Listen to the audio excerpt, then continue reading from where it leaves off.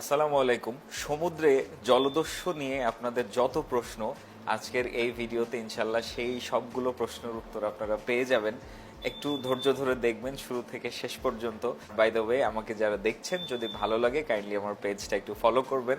প্রথমে আমি আপনাদের দেখাই যে সমুদ্রে কোন কোন জায়গায় জলদস্যু আক্রমণ করে। আমরা শুধু সোমালিয়ার কথা জানি, বাট এর বাইরে আরো কিছু জায়গা আছে। এক্সডিসের স্ক্রিনটা একটু খেয়াল করি।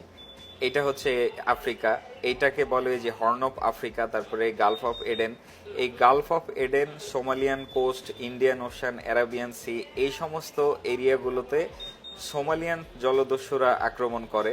এটা আমরা সবাই জানি। 2010 সালে বাংলাদেশি জাহাজ জাহানমণিকে যে আক্রমণ করা হয়েছিল সেটা সোমালিয়ার কোস্ট থেকে 1100 মাইল দূরে ছিল, তার মানে এই ইন্ডিয়ান ওশান এরিয়ায়। তো এই এরিয়ায় Somalian জলদস্যু।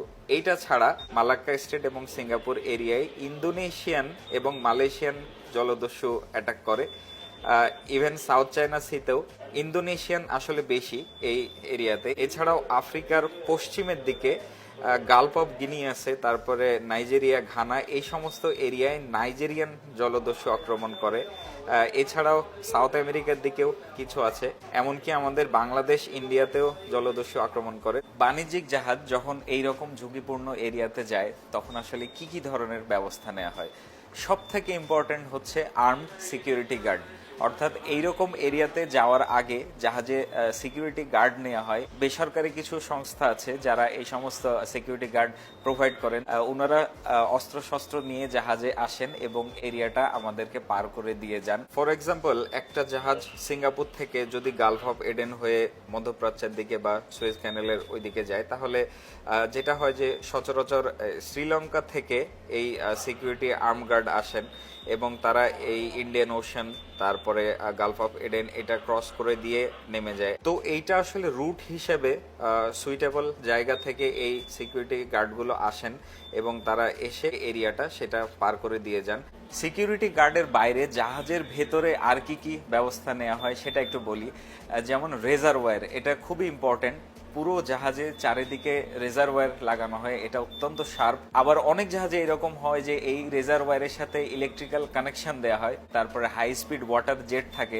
High speed water jet আমাদের যে ফায়ার হোস গুলো আছে এগুলোর থেকেও অনেক হাই স্পিড ওয়াটার যায়। এইরকম বিভিন্ন ধরনের সতর্কতা নেওয়া হয় জাহাজ থেকে। আরো একটা ইম্পর্টেন্ট বিষয় হচ্ছে লুক আউট। যখন আমরা এইরকম রিস্কি এরিয়া পার হই তখন ম্যান পাওয়ার বাড়ানো হয় লুক আউটের জন্য। 24 ঘন্টা খুব ভালোভাবে লুক আউট করা হয়।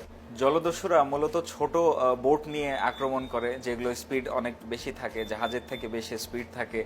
আর তাদের জন্য খুব সহজ টার্গেট হচ্ছে যে সমস্ত জাহাজের গতি কম, যেমন আমাদের এই অয়েল ট্যাঙ্কার জাহাজের গতি কম থাকে, বাল্ক ক্যারিয়ার জাহাজের গতি কম থাকে, যে জাহাজগুলো একটু সাইজে ছোট সেগুলো। জলদস্যুদের এই আক্রমণ আসলে এক এক জায়গায় এক এক রকম। যেমন সোমালিয়ানরা জাহাজ হাইজ্যাক করে, তারপরে নাবিকদের জিম্মি করে বড় অঙ্কের টাকা দাবি করে। আবার অনেক জায়গায় এইরকম হয় যে সশস্ত্র অবস্থায় জলদস্যু আসে, তারপরে জাহাজে ইনস্ট্যান্ট যা পায় সেটা নিয়ে নেমে যায়। জলদস্যুরা খুবই অত্যাধুনিক অস্ত্রশস্ত্র নিয়ে আক্রমণ করে, এমনকি এদের কাছে M16 রাইফেল বা আরপিজির মতো অত্যাধুনিক অস্ত্র থাকে।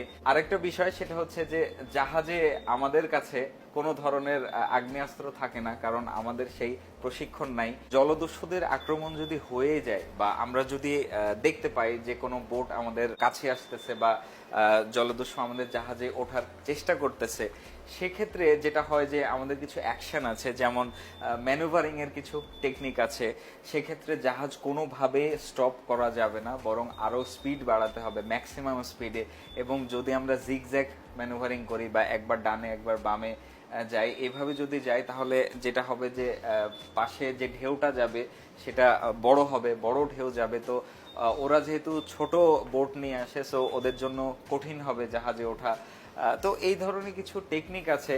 এরপরে আমাদের যে এমার্জেন্সি অ্যালার্ম আছে সেই অ্যালার্ম দিতে হবে, সবাইকে ইনফর্ম করতে হবে যে উই আর আন্ডার অ্যাটাক।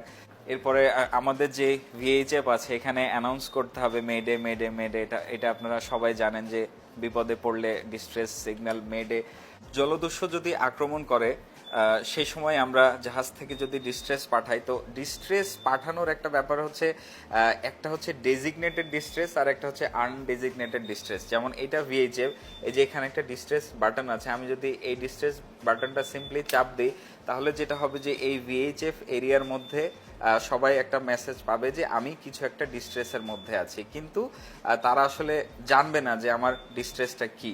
তো আমি যদি ডেজিগনেটেড ডিস্ট্রেস পাঠাই, যেমন যদি এই যে ডিস্ট্রেস কল এডিট আছে, এখানে এখানে যে আমি যদি আমার ইনফরমেশন দিই যে আমার লোকেশন এইটা, আমার ডিস্ট্রেসের নেচার হচ্ছে এটা পাইরেসি অ্যাটাক, তাহলে এই রেঞ্জের মধ্যে যারা আছে তারা সবাই বুঝতে পারবে যে আমার জাহাজে পাইরেসি অ্যাটাক হয়েছে। একইভাবে এমএফএইচএফ এর যদি ডিস্ট্রেস বাটন বলি, এই যে এখানে আছে এবং এখানেও ওইভাবে মেসেজ লিখে পাঠানো যাবে। এরপরে স্যাটসি আছে, এই যে এখানে ডিস্ট্রেস বাটন।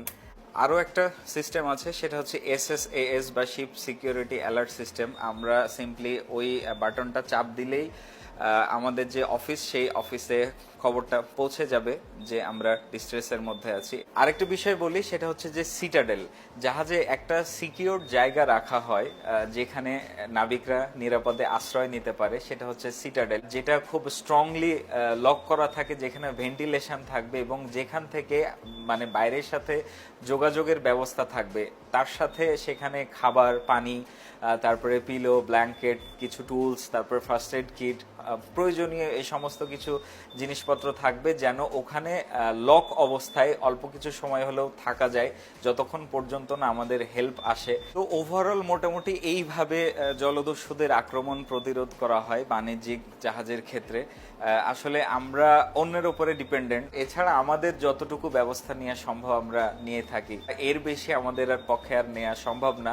এখন এই আক্রমণ অনেক কম, সো আমরা অনেকটাই সেফ এখন, কারণ এই সমস্ত রিস্কি এরিয়াগুলোতে নৌবাহিনী, কোস্টগার্ড তারা থাকেন, তারা বিভিন্ন ধরনের অপারেশন কন্ডাক্ট করেন। সিকিউরিটি চার্ট অনুযায়ী এই গালফ অফ এডেনের এই এরিয়াটা হাই রিস্ক এরিয়া ছিল, কিন্তু 2023 জানুয়ারি 1 তারিখ থেকে এটা এখন আর হাই রিস্ক এরিয়া নাই। সো এটা বলা যায় যে Somalian pirates are no longer threat for the shipping industry anymore, কারণ জাহাজে যথেষ্ট রকমের সতর্কতা ব্যবস্থা নিয়েই এই সমস্ত এরিয়া পার হওয়া যায়। যাই হোক, এই হচ্ছে ওভারঅল জলদস্যু সংক্রান্ত যে ব্যবস্থা মোটামুটি। আরও যদি প্রশ্ন থাকে আমাকে অবশ্যই জানাবেন, আমি চেষ্টা করব উত্তর দেওয়ার। সো আজকে এ পর্যন্তই, ভালো থাকবেন সবাই, আসসালামু আলাইকুম।